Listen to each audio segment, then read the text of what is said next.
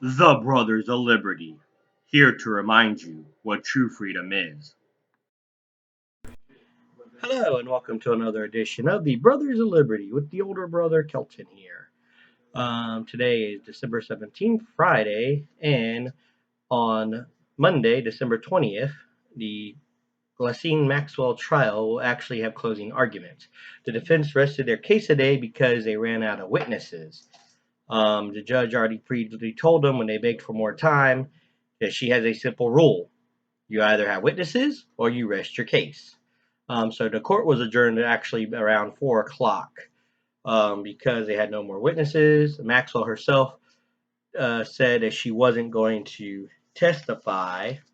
Her exact words to the judge was, Your Honor, the government has not provided its case beyond a reasonable doubt, so there is no need for me to testify.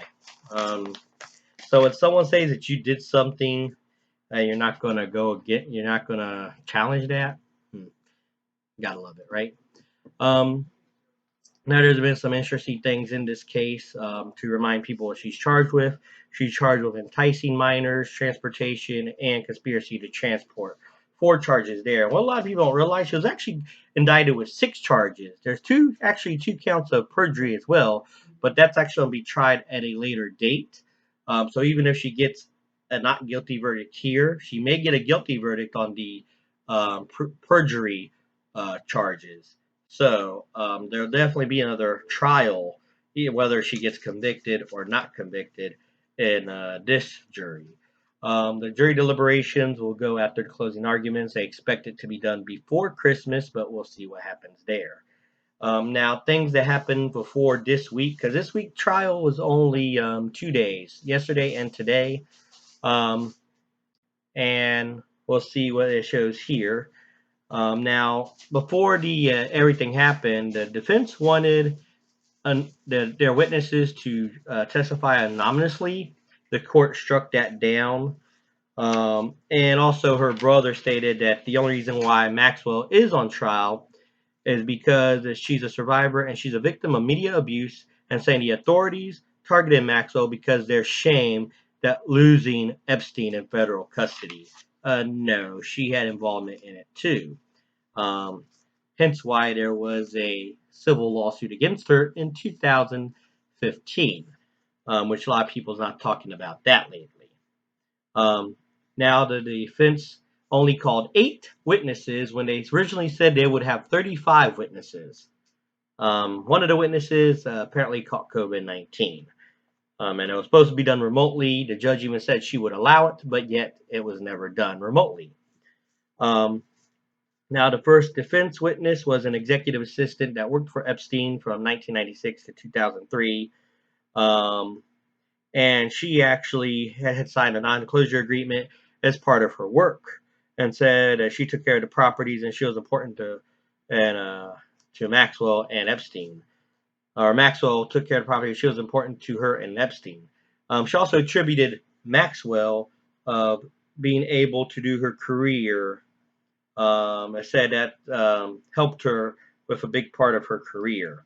She also stated that she booked massages for Epstein as well, and stated that Jane did visit it, and Jane appeared to be 18 years old, 14 to 18. Must have been a very mature person, huh? She said that she met Jane's mother, and Jane's mother described Epstein as the godfather to Jane, and said she thought it was a very loving relationship. Um, Now that she tried to claim that Maxwell and Epstein drifted apart, pretty much trying to put distance. But the defense also asked her about Sarah Kellen, which has also been named as a potential conspirator, although Kellen herself says that she was a victim as well. She says she never saw Epstein with any young girls, which the prosecution only asked the first witness one question: Did you ever go to Palm Beach? She said no. They said no more questions. Can't witness something if you're not there, right? Now, the second one, because most of the other witnesses were FBI agents just talking about the testimonies and stuff, really wasn't that much hard evidence from the defense attorneys or anything like that to say that Maxwell didn't do it.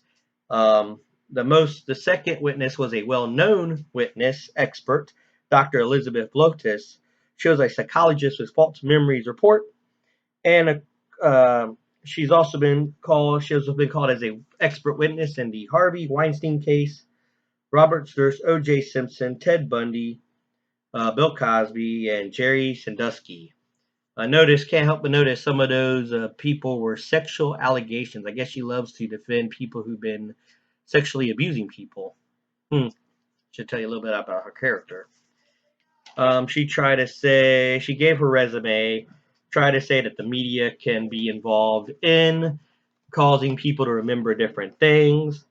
Um, then she also said that people get a level of confidence and, memories can be implanted in people because the people see themselves in a better light. Now the prosecution came, asked her, was she getting paid for her testimony? $600 an hour. Yeah, I wish I had a job like that. Apparently, she consulted for 100 of defense attorneys, but only 5 prosecution in her 20 to 30-year reign as being an expert witness.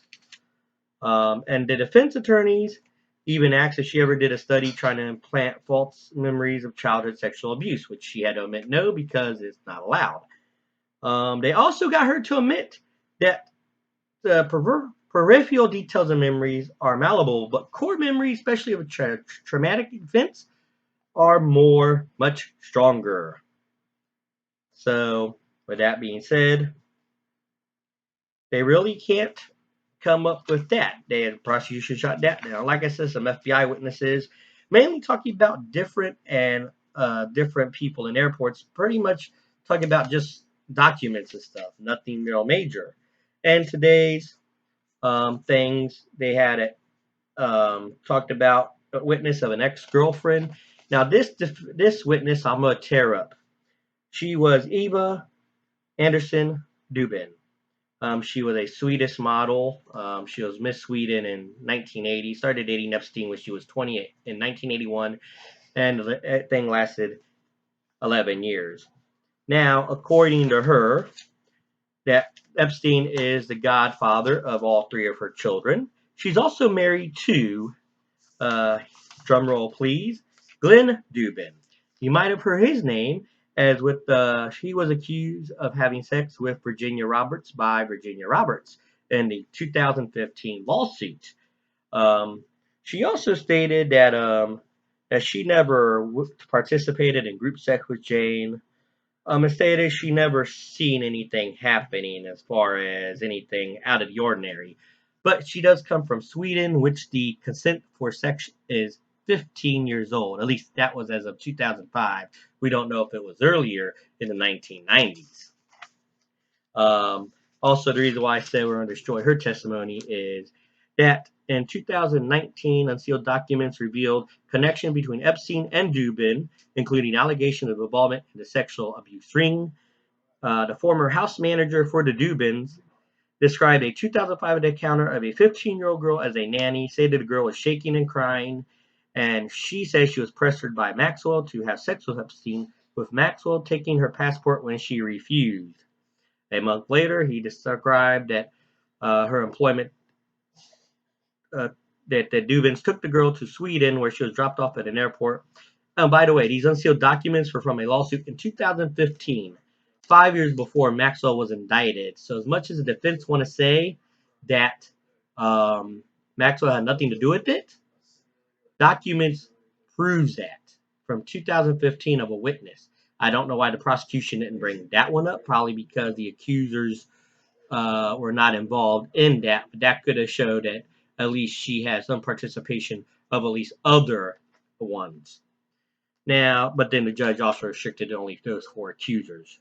That was then 4 victims that they were in the thing. Also, the unsealed documents, Virginia Roberts stated that Glenn Dubin was part of the sex ring and she was forced to have sex with him as well, which of course they denied it. Now, with that being said, like I said, that's all that I could get today because the transcripts are not available for yesterday or today. And like a lot of people will probably agree with me, the last witness I mentioned, the ex-girlfriend, We just completely destroyed her testimony because she could be involved in it too. Her husband was mentioned 5 years earlier, 6 years earlier, about being involved in it, but yet he's not on trial. Of course, he's a billionaire and a hedge fund manager. And like I said, there's been a lot of connections. And even though it was an ex girlfriend, she remained very close to Epstein, and so did her family.